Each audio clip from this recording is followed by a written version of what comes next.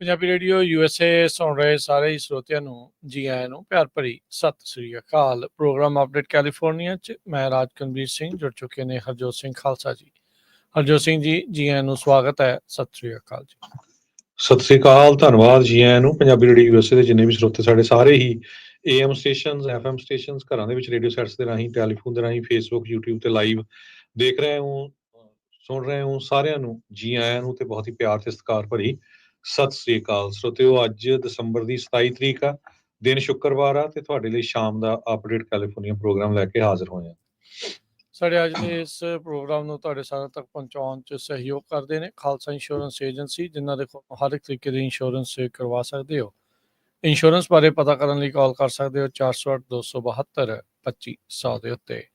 ਟਿਰਕੀਨਾ immigration law firm, US immigration ਦਾ ਹੋਵੇ ਕਿਸੇ ਵੀ ਤਰੀਕੇ ਦਾ ਕੰਮ, ਕਾਲ ਅਟਰਨੀ ਜੇ ਟਿਰਕੀਨਾ 415-909-0573।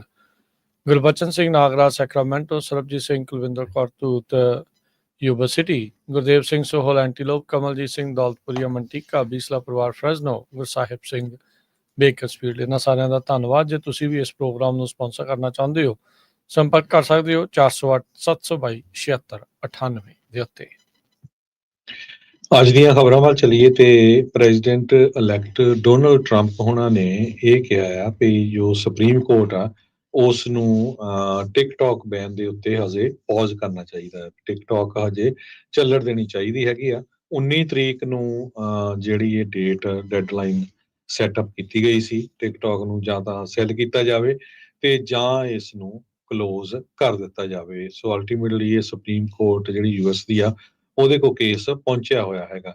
ਸੋ ਇਹ ਇੱਕ ਦਿਨ ਪਹਿਲਾਂ ਆ ਜਦੋਂ ਪ੍ਰੈਜ਼ੀਡੈਂਟ ਟਰੰਪ ਨੇ ਆਪਣਾ ਚਾਰਜ ਸੰਭਾਲਣਾ ਹੈਗਾ, ਉਹਨਾਂ ਦਾ ਇਨੋਗ੍ਰੇਸ਼ਨ ਹੋਣਾ ਹੈਗਾ ਤੇ ਪ੍ਰੈਜ਼ੀਡੈਂਟ ਟਰੰਪ ਹੋਣੀ ਇਹਦੇ ਵਿੱਚ ਇਹ ਲੱਗ ਰਿਹਾ ਕਿ ਟਿਕਟੌਕ ਨਹੀਂ ਬੈਨ ਹੋਣੀ ਚਾਹੀਦੀ, ਉਸ ਨੂੰ ਉਹ ਅਪੋਜ਼ ਕਰ ਰਹੇ ਹੈਗੇ ਜੀ। ਉਹਨਾਂ ਨੇ ਸੁਪਰੀਮ ਕੋਰਟ ਨੂੰ ਗੁਹਾਰ ਲਾਈ ਆ। ਉਧਰ ਮੌਜੂਦਾ ਜਿਹੜਾ ਪ੍ਰਸ਼ਾਸਨ ਆ ਉਹ ਚਾਹੁੰਦਾ ਆ ਵੀ ਟਿਕਟੌਕ ਨੂੰ ਬੈਨ ਕਰ ਦਿੱਤਾ ਜਾਵੇ। ਉਹ ਕਹਿੰਦੇ ਵੀ ਇਹ ਤਾਂ ਵੀ ਬਹੁਤ ਵੱਡਾ ਖਤਰਾ ਆ।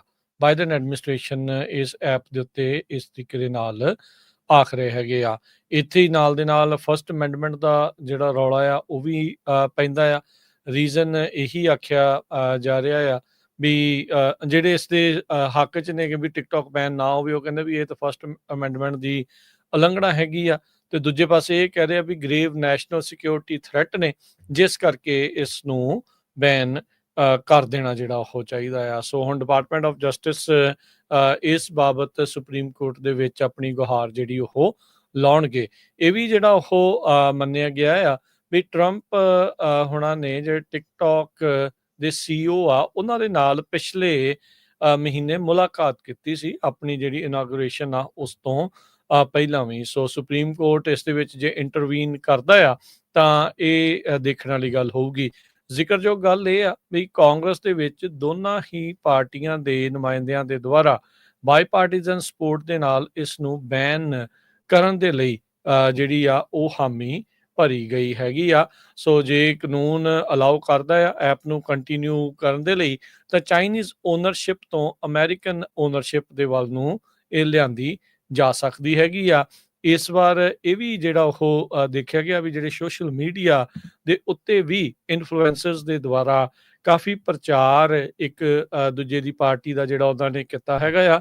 ਸੋ ਇੱਕ ਇਲੈਕਟਰਲ ਮੈਂਡੇਟ ਨੂੰ ਤੌਰ ਦੇ ਉੱਤੇ ਇੱਕ ਜਿਹੜੇ ਸਿਆਸੀ ਬੰਦੇ ਆ ਉਹ ਇਸ ਨੂੰ ਇੱਕ ਸ਼ਾਖਾ ਦੇ ਤੌਰ ਦੇ ਉੱਤੇ ਵੀ ਦੇਖਦੇ ਆ ਵੀ ਅਸੀਂ ਲੋਕਾਂ ਤੱਕ ਇਸ ਦੇ ਨਾਲ ਆਪਣੀ ਰੀਚ, ਆਪਣੀ ਗੱਲ ਨੂੰ ਜਿਹੜਾ ਹੋਰ ਵਧਾ ਸਕਦੇ ਆ। ਸੋ ਦੇਖੋ ਕੀ ਇਸ ਦੇ ਵਿੱਚ ਬਣਦਾ ਆ। ਬਾਈਡਨ ਹੋਣੀ ਤੇ ਟਰੰਪ ਹੋਣਾ ਦੇ ਨਾਲ ਪਹਿਲਾਂ ਕੰਮ ਕਰ ਚੁੱਕੇ ਕਈ ਲੋਕ ਆ ਇਸ ਬੈਨ ਦੇ ਹੱਕ 'ਚ ਆ, ਪਰ ਟਰੰਪ ਹੋਣਾ ਨੇ ਇਸ ਨੂੰ ਜਿਹੜਾ ਆ ਪੌਜ਼ ਕਰਨ ਦੇ ਲਈ ਆਖਿਆ ਵੀ ਬੈਨ ਅਜੇ ਹਾਲ ਦੀ ਘੜੀ ਨਾ ਲਾਇਆ ਜਾਵੇ।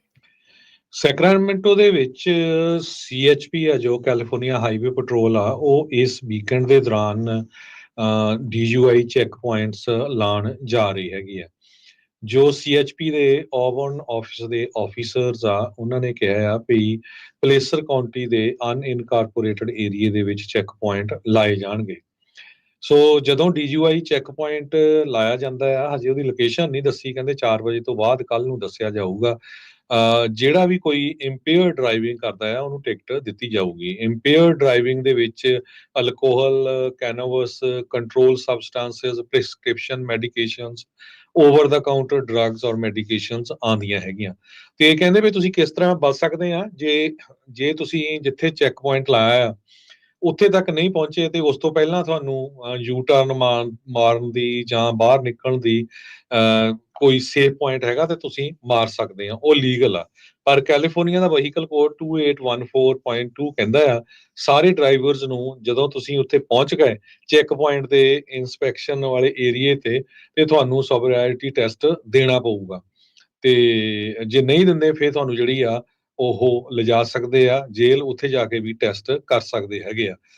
ਫਸਟ ਟਾਈਮ DGY ਨੂੰ $13,500 ਤੱਕ ਦਾ ਫਾਈਨ, ਫਿਰ ਸੜਕਾਂ ਦੀ ਸਫਾਈ ਕਰਨੀ ਪੈਂਦੀ ਆ, ਤੇ ਇੰਸ਼ੋਰੈਂਸ ਕਈ ਸਾਲ, ਅੱਜ ਕੱਲ ਤਾਂ 10-10 ਸਾਲ ਤੱਕ ਜਿਹੜਾ ਆ DGY ਤੁਹਾਡੇ ਰੈਕਡ ਦੇ ਉੱਤੇ ਰਹਿੰਦੀ ਆ। ਸੋ ਪਲੀਜ਼ ਛੁੱਟੀਆਂ ਆ, ਸਾਰੇ ਮੇਕ ਸ਼ੋਰ ਕਰੇ ਕੋਈ ਡਰਿੰਕ ਕਰਕੇ ਡਰਾਈਵ ਨਾ ਕਰੇ।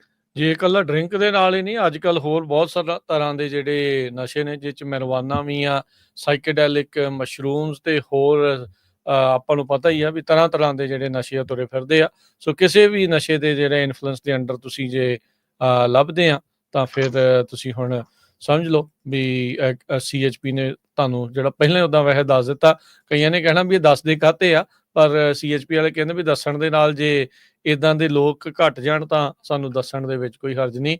ਗੱਲ ਇਹ ਹੈ ਨਾ ਹਰਜੋਤ ਸਿੰਘ ਜੀ, ਦੱਸਣ ਦੇ ਬਾਵਜੂਦ ਵੀ ਬਹੁਤ ਸਾਰੇ ਲੋਕ ਫਿਰ ਵੀ ਫੜੇ ਹੀ ਜਾਂਦੇ ਨੇ।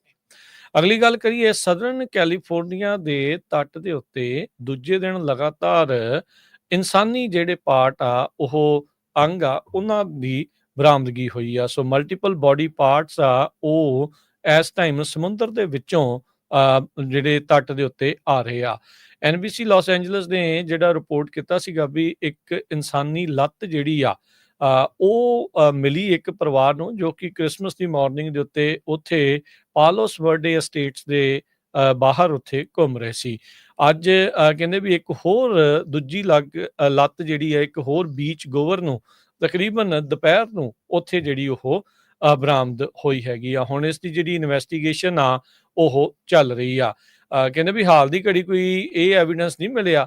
2 ਫਿਸ਼ਰਮੈਨ ਇਸੇ ਇਲਾਕੇ ਦੇ ਵਿੱਚ ਮੰਗਲਵਾਰ ਤੋਂ ਲਾਪਤਾ ਦੱਸੇ ਜਾ ਰਹੇ ਨੇ। ਕਹਿੰਦੇ ਵੀ ਅਸੀਂ ਕੋਈ ਅਜੇ ਪੁਸ਼ਟ ਤੌਰ ਦੇ ਉੱਤੇ ਨਹੀਂ ਕਹਿ ਸਕਦੇ ਵੀ ਇਹ ਉਹੀ ਨੇ ਜਾਂ ਨਹੀਂ, ਪਰ ਪੁਲਿਸ ਨੇ ਕਹਿੰਦੇ ਵੀ ਇੱਕ ਨਵੰਬਰ ਮਹੀਨੇ ਦੇ ਵਿੱਚ ਇਹ ਵੀ ਦੱਸਿਆ ਵੀ ਇੱਕ ਸਕਲ, ਖੋਪੜੀ ਤੇ ਇੱਕ ਹੋਰ ਜਿਹੜੀ ਬੋਨ ਆ ਉਹ ਉਹਨਾਂ ਨੂੰ ਸੇਮ ਬੀਚ ਤੋਂ ਬਰਾਮਦ ਹੋਈ ਸੀ, ਉਸ ਤੋਂ ਥੋੜੀ ਹੀ ਦੂਰ, ਸੈਂਟਾ ਮੋਨਿਕਾ ਤੋਂ 25 ਮੀਲ ਦੂਰ ਆ ਪਾਲੋਸ ਵਰਡੇਸ ਐਸਟੇਟਸ, ਜਿੱਥੇ ਇਹ ਸਰੀਰ ਦੇ ਅੰਗ ਲਗਾਤਾਰ ਦੂਸਰੇ ਦਿਨ ਜਿਹੜੇ ਉਹ ਬਰਾਮਦ ਹੋਏ ਆ। ਤੇ ਇਨਵੈਸਟੀਗੇਸ਼ਨ ਚੱਲ ਰਹੀ ਆ ਤੇ ਇਹਨਾਂ ਦੀ ਹੋ ਸਕਦਾ ਹੈ ਵੀ DNA ਜਾਂਚ ਕੀਤੀ ਜਾਵੇ ਪਤਾ ਕਰਨ ਦੇ ਲਈ ਵੀ ਇਹ ਕਿਸ ਦੇ ਪਾਰਟਸ ਨੇ। ਕਹਿੰਦੇ ਵੀ ਇੱਕ ਜੋ ਕਾਰਪੋਰੇਸ਼ਨ ਦਾ ਨਵਾਂ ਲਾਗੂ ਹੋਣਾ ਸੀ 1 ਜਨਵਰੀ ਤੋਂ, ਫਿਨਸੈਨ, ਜੋ ਵੀ ਕਿਸੇ ਬੰਦੇ ਨੇ ਕਾਰਪੋਰੇਸ਼ਨ ਬਣਾਈ ਹੋਈ ਆ ਉਹਨਾਂ ਨੂੰ ਉਹ ਫਾਰਮ ਭਰਨਾ ਪੈਣਾ ਸੀ, ਕਿਹੜੇ ਕਿਹੜੇ ਉਹਦੇ ਓਨਰਸ ਹੈਗੇ ਆ, ਪ੍ਰੈਜ਼ੀਡੈਂਟ, ਵਾਈਸ ਪ੍ਰੈਜ਼ੀਡੈਂਟ ਜਾਂ ਕੁਛ। ਉਹਦੇ ਉੱਤੇ 5th circuit court of appeals ਨੇ ਸਟੇ ਲਾ ਦਿੱਤਾ ਹੈਗਾ ਆ। ਇਹ ਵੀਰਵਾਰ ਨੂੰ ਫਾਈਲ ਹੋਇਆ ਸੀ ਤੇ ਉਹਦੇ 'ਚ ਸਟੇ ਲਾ ਦਿੱਤਾ ਗਿਆ ਆ। ਸੋ ਡੈਡਲਾਈਨ ਨੂੰ ਪਹਿਲਾਂ 13 ਤਰੀਕ ਤੱਕ ਵਧਾ ਦਿੱਤਾ ਗਿਆ ਸੀ। 32 ਮਿਲੀਅਨ ਦੇ ਕਰੀਬ ਸਮਾਲ ਬਿਜ਼ਨੈਸਸ ਹੈਗੇ ਅਮਰੀਕਾ ਦੇ ਵਿੱਚ, ਜਿਨ੍ਹਾਂ ਨੂੰ ਜੋ ਡਿਪਾਰਟਮੈਂਟ ਆਫ ਟ੍ਰੇਜਰੀ ਹੈਗੀ ਆ ਉਹਦਾ ਫਾਈਨੈਂਸ਼ੀਅਲ ਕ੍ਰਾਈਮ ਐਨਫੋਰਸਮੈਂਟ ਨੈਟਵਰਕ ਫਿਨਸੈਨ, ਜੋ ਉੱਥੇ ਤੁਹਾਨੂੰ ਇਨਫੋਰਮੇਸ਼ਨ ਭਰਨੀ ਪੈਣੀ ਸੀ।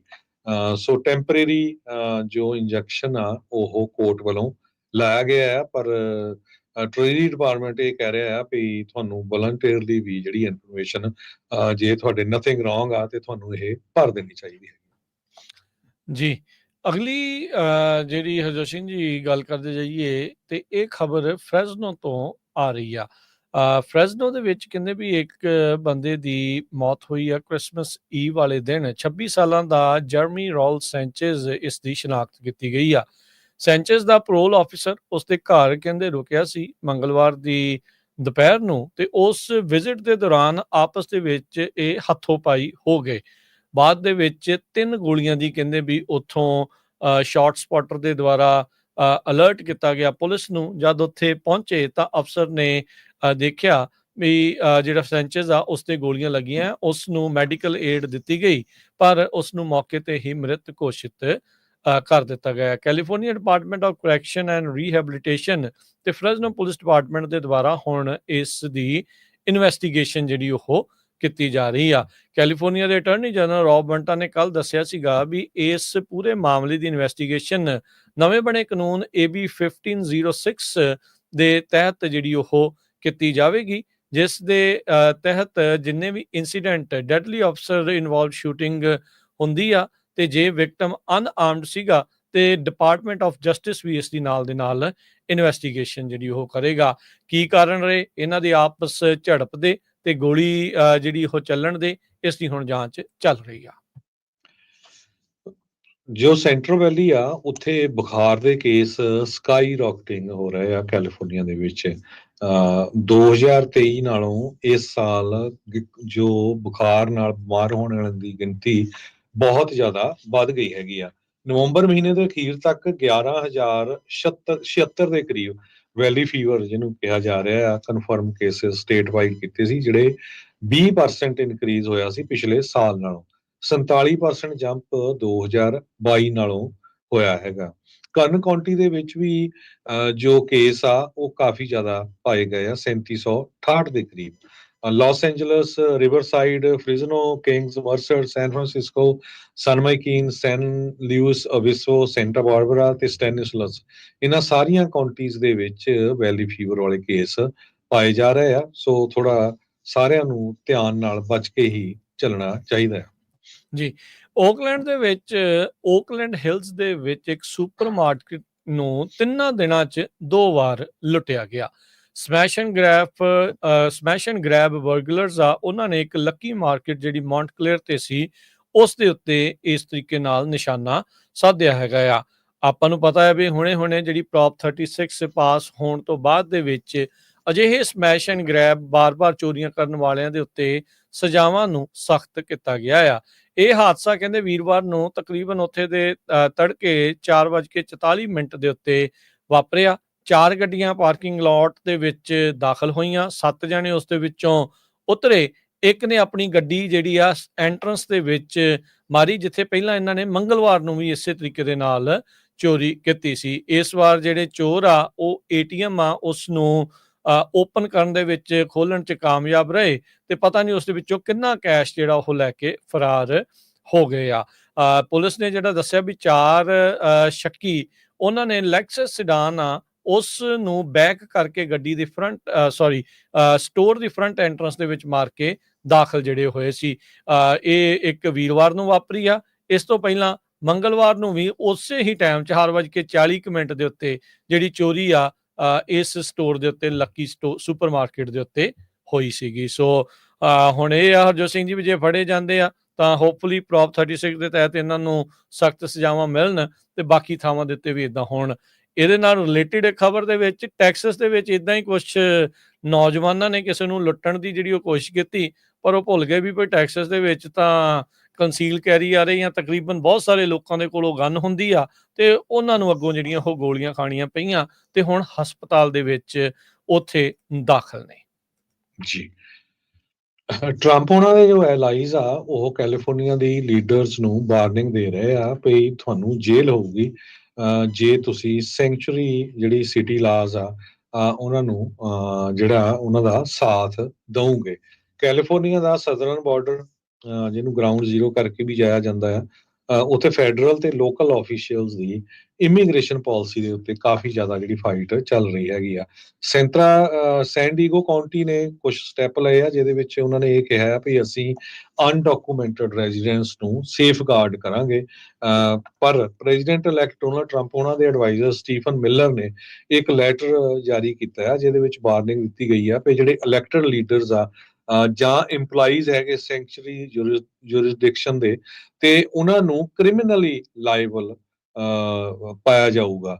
ਦਸੰਬਰ 23 ਨੂੰ ਅਮਰੀਕਾ ਫਸਟ ਲੀਗਲ ਫਾਊਂਡੇਸ਼ਨ ਨੇ ਲੈਟਰ ਲਿਖਿਆ ਆ। ਉਹਦੇ ਵਿੱਚ ਉਹਨਾਂ ਨੇ ਕਿਹਾ ਵੀ ਅਸੀਂ ਸੈਨ ਡੀਗੋ ਕਾਉਂਟੀ ਨੂੰ ਜੋ ਆਇਡੈਂਟੀਫਾਈ ਕਰ ਲਿਆ ਆ, ਇਹ ਵਾਇਲੇਟ ਕਰ ਰਹੀ ਆ ਫੈਡਰਲ ਲਾ ਨੂੰ। ਤੇ ਨਾਲ ਦੀ ਨਾਲ ਉਹਨਾਂ ਨੇ ਇਹ ਕਿਹਾ ਆ ਵੀ ਜੋ ਕੰਜ਼ਰਵੇਟਿਵ ਲੀਗਲ ਨਾਨ ਪ੍ਰੋਫਿਟ ਤੇ ਉਹਨਾਂ ਨੇ 249 ਦੇ ਕਰੀਬ ਇਲੈਕਟਡ ਆਫੀਸ਼ੀਅਲਸ ਜੋ ਇਹ ਸੈਂਕਚੁਰੀ ਏਰੀਆਜ਼ ਦੇ ਵਿੱਚ ਆਉਂਦੇ ਆ, ਉਹਨਾਂ ਨੂੰ ਵੈਰੀਫਾਈ ਕਰ ਲਿਆ ਹੈਗਾ ਤੇ ਉਹਨਾਂ ਦੇ ਅਗੇਂਸਟ ਐਕਸ਼ਨ ਲਿਆ ਜਾਊਗਾ। ਕੈਲੀਫੋਰਨੀਆ ਦੇ ਅਟਾਰਨੀ ਜਨਰਲ ਦੇ ਆਫਿਸ ਤੇ ਲਾਸ ਐਂਜਲਸ ਦੇ ਮੇਅਰ ਕੈਰਨ ਵਾਸ, ਉਹਨਾਂ ਨੇ ਲੈਟਰ ਜਿਹੜੇ ਆ ਸੈਂਡ ਕੀਤੇ ਹੈਗੇ ਵੀ ਅਸੀਂ ਤੁਹਾਡੇ ਨਾਲ ਹੈਗੇ ਆ।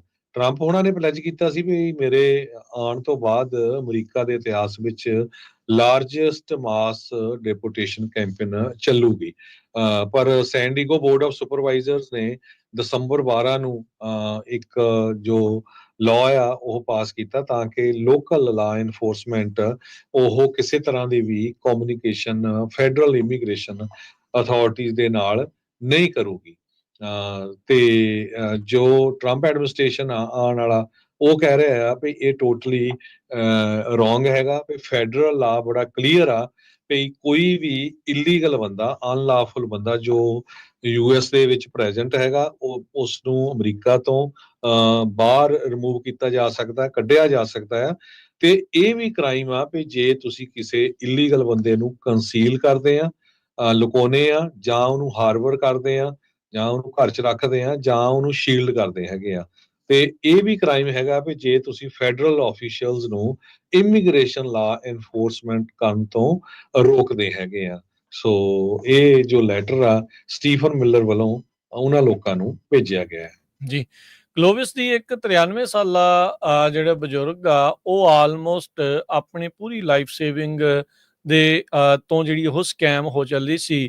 ਕਹਿੰਦੇ ਵੀ ਇੱਕ ਜਾਣੇ ਨੇ ਮਾਈਕਰੋਸਾਫਟ EMPLOYEE ਬਣ ਕੇ ਉਸ ਨੂੰ ਹੈਕ ਕਰ ਲਿਆ। 11 ਦਸੰਬਰ ਦੀ ਕਹਿੰਦੇ ਗੱਲ ਆ ਤੇ 93 ਸਾਲਾਂ ਦੀ ਇਹ ਜਿਹੜੇ ਕਲੋਵਿਸ ਰੈਜ਼ੀਡੈਂਟ ਆ, ਇਹ $35,000 ਇਸਨੇ ਕੈਸ਼ ਬੈਂਕ ਦੇ ਵਿੱਚੋਂ ਕਢਾ ਲਿਆ। ਪੁਲਿਸ ਨੂੰ ਜਦ ਇਸ ਦੇ ਬਾਰੇ ਪਤਾ ਲੱਗਾ, ਕਹਿੰਦਾ ਵੀ ਇੱਕ ਪੈਟਰੋਲ ਅਫਸਰ ਸੀ, ਗਸ਼ਤ ਕਰ ਰਿਹਾ ਸੀ ਪੁਲਿਸ ਵਾਲਾ, ਤਾਂ ਉਹਦੇ ਘਰ ਦੇ ਵਿੱਚ ਜਦ ਪਹੁੰਚਿਆ ਤੇ ਉਸਨੇ ਕਿਹਾ ਵੀ ਮੈਨੂੰ ਮੈਸੇਜ ਆਇਆ ਇਸ ਤਰੀਕੇ ਦੇ ਨਾਲ ਮਾਈਕਰੋਸਾਫਟ ਤੋਂ ਤੇ ਵੀ ਕੰਪਿਊਟਰ ਨੂੰ ਹੈਕ ਕਰ ਲਿਆ ਆ ਤੇ ਆਹ ਫੋਨ ਨੰਬਰ ਤੇ ਕਾਲ ਕਰੋ।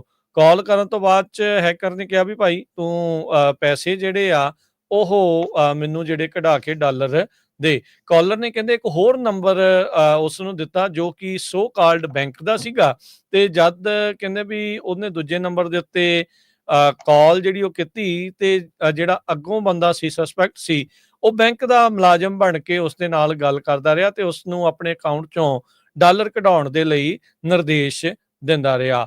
ਡਿਟੈਕਟਿਵਸ ਨੇ ਬਾਅਦ ਦੇ ਵਿੱਚ ਕਹਿੰਦੇ ਵੀ ਉਸ ਡਾਲਰ ਚੱਕਣ ਆਏ ਬੰਦੇ ਨੂੰ ਇੰਟਰਸੈਪਟ ਕੀਤਾ ਤੇ ਇਵੈਂਚੁਅਲੀ ਜਿਹੜਾ ਉਹ ਗ੍ਰਿਫਤਾਰ ਕਰ ਲਿਆ। ਕਹਿੰਦੇ ਵੀ ਬੈਂਕ ਦੇ EMPLOYEES ਆ, ਉਹਨਾਂ ਨੂੰ ਸ਼ੱਕ ਪੈ ਗਿਆ ਵੀ ਇਹ ਜਿਹੜੀ ਬਜ਼ੁਰਗ ਆਏ ਆ ਇੱਥੇ ਵੀ ਇਹ ਸਸਪੀਸ਼ੀਅਸ ਐਕਟੀਵਿਟੀ ਆ। ਸ਼ੱਕ ਦੇ ਵਿੱਚ ਆਇਆ ਵੀ ਇੰਨੇ ਜਿਹੜੇ $35,000 ਹੈਕਿੰਗ ਦੇ ਲਈ ਇਹਨੂੰ ਕਿੱਥੇ ਜਿਹੜੇ ਉਹ ਚਾਹੀਦੇ ਹੋਣਗੇ। ਤੇ ਫਿਰ ਇਵੈਂਚੁਅਲੀ ਉਹਨਾਂ ਨੇ ਇਸ ਜਿਹੜੇ ਲੁਟੇਰੇ ਨੂੰ ਇੱਕ ਹਿਸਾਬ ਦੇ ਨਾਲ ਲੁੱਟਣ ਆਇਆ ਸੀ ਹੈਕ ਕਰਕੇ, ਉਸ ਨੂੰ ਜਿਹੜਾ ਦਬੋਚਿਆ ਤੇ ਹੁਣ ਗ੍ਰਿਫਤਾਰ ਕਰ ਲਿਆ ਹੈਗਾ ਆ।